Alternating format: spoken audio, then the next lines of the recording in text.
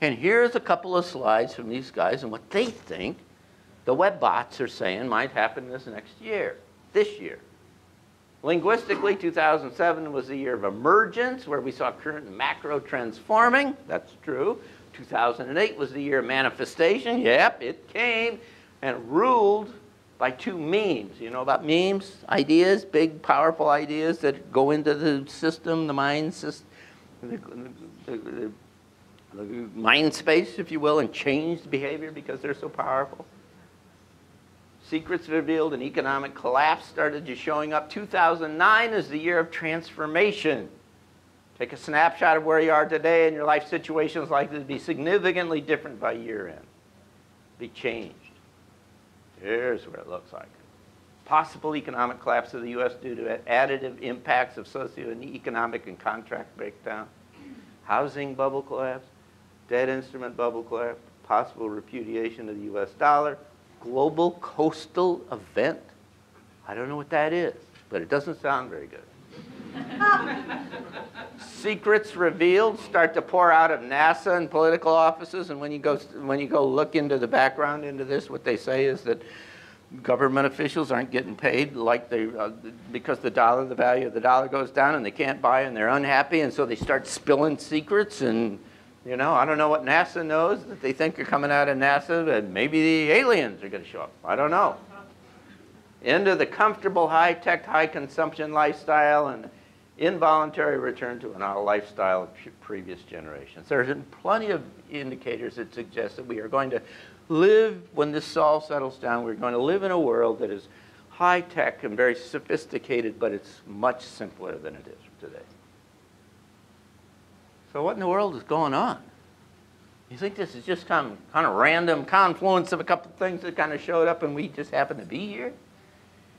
I don't think so. I mean, when you look at this historically, it's really quite interesting. I mean, if you look at progress or whatever the metric you want to use over time, and you plot it from the beginning of how we understand things, what you see is that you have these big eras. Single cellular life was started 3.5 billion years ago, and then multiple cellular life suddenly showed up 1 billion years ago, and then you get vertebrates about 500 million years ago, and mammals about 50 million years ago. And evolutionary biologists call this punctuated equilibrium. There's long periods of equilibrium punctuated by rapid change that then goes off into new space.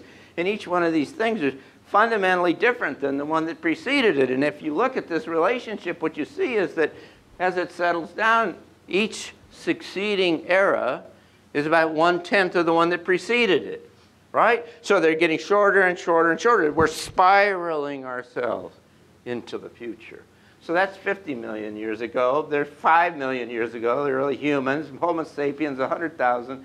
Then it changes from biological evolution to social evolution, and it goes to agriculture, and moved into cities and towns, and then only 500 years ago, you get the advent of the printing press, which changed the way we communicate ideas, and produced the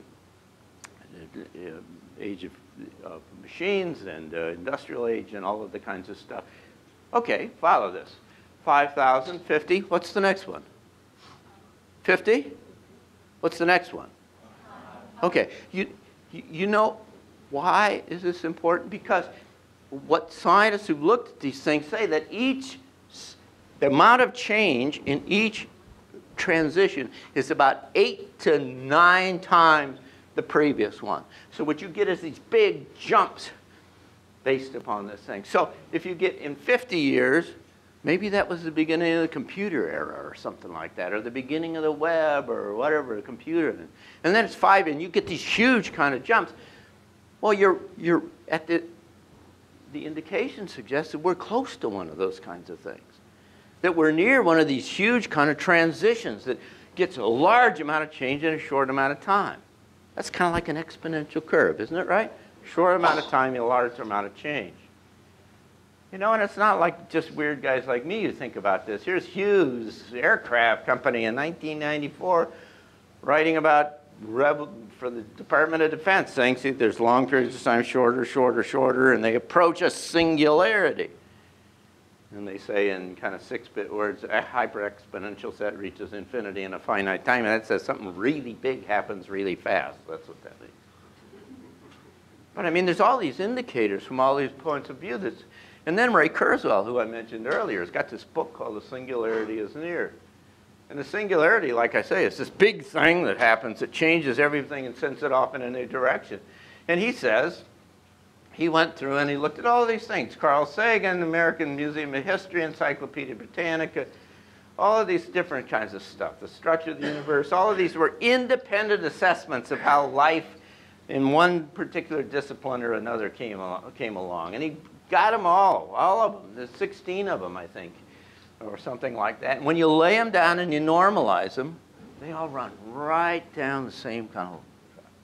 And they say that things that this is the time to the next event, and this is billions of years, and so you have billions of years working your way down to, here's 100 years, right? Here's 10 years.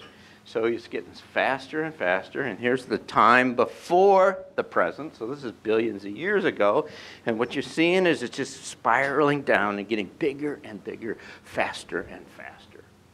And so here we are approaching, I mean, the indications suggest we're approaching one of these periods of time for this big change. And if you look at this from the way some of my friends who look at big things, they say, look, the first age was this kind of Stone Age where it was all about myths and it was mostly local. Then you got into this Archaic Age where it's theological, theocratic, and it was mostly regional. Then you get the Logos where it was a planetary and it's about reasoning, the age of reasoning. And now what we're approaching is Holos, which is kind of interdependency in cosmos. And why that's important is because what they're starting to identify is this interconnectivity, this interdependency that we all are living with, and it's becoming obvious that it hasn't been before. So what do you think we ought to do about all of this, huh? Well, let me tell you, if you get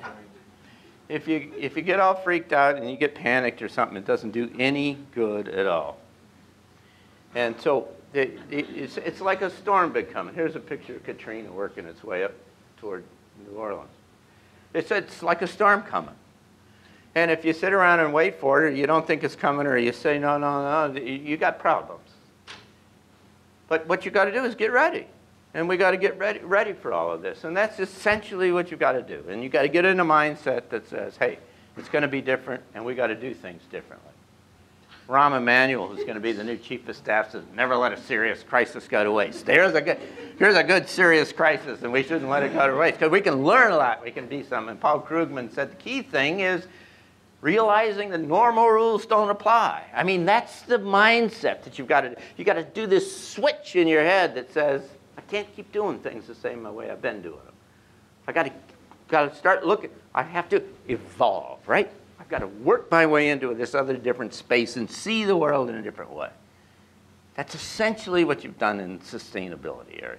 You've worked yourself into a space and you start to see, I can hear when you talk, you see the world in these different kind of ways than you did 10 years ago, right? I mean, it's fundamental. And that's what we got to do in multidisciplinary, multi-layered kind of ways. Jim Kunstler says you got to get to a place mentally where you can face the kind of change that it's now necessary and unavoidable. We're not there yet. It's not clear whether the new elected leadership can kind of deal with this. And that's true. I mean, there's a lot of people that are in this space who haven't gotten to here yet. And Saj Nicole Johnny says, here's what you do. She's talking about business, but this is applicable across the board. She says, figure out how to survive, number one. Number two, ask yourself what you can do or must do that you couldn't do before. And by the way, don't whine, huh? Whining doesn't do any good about this. Let's stand up and let's go do it. Let's go become the new human being that deals with this. Let's become the new world. Let's be part of the solution, not part of the problem. Now, there's all kinds of stuff all over the web. If I got your attention and you're interested in looking in there's all kinds of things that people could working on this already. And I mean, you ought to start to think about it kind of like a big natural disaster. How do you deal with, supply chains and alternative sources, and how do you do risk sharing and other kinds of stuff that you do when you got a big problem coming?